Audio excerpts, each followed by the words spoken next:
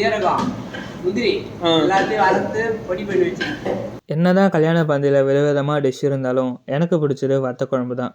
அதுலேயும் ஸ்பெஷலாக ஆரணியை தாண்டி போலூர் பக்கத்தில் ஒரு கிராமம். கல்யாணம் காது குத்துக்கெல்லாம் ஒரு மாஸ்டரை கூப்பிடுவாங்க. வத்த குழம்பு வேறு லெவலில் செய்வார்.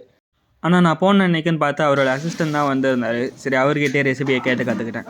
ஸோ நார்மலாக நல்லெண்ணெயில் சின்ன வெங்காயம், குண்டு மிளகாய், கத்திரிக்காய்லாம் வதக்கிட்டு கூடவே கொஞ்சமாக இஞ்சி பூண்டு பேஸ்ட்டு, தேவையான அளவுக்கு உப்பு, மஞ்சத்தூள், கொரியாண்டர் பவுடர், பெருங்காயம் போட்டு நல்லா வதக்கிட்டு அதுக்கப்புறமா கொஞ்சமாக தேங்காய், தக்காளி, கருவேப்பிலெல்லாம் போட்டு நல்லா வதக்கி எடுத்துக்கிட்டாரு.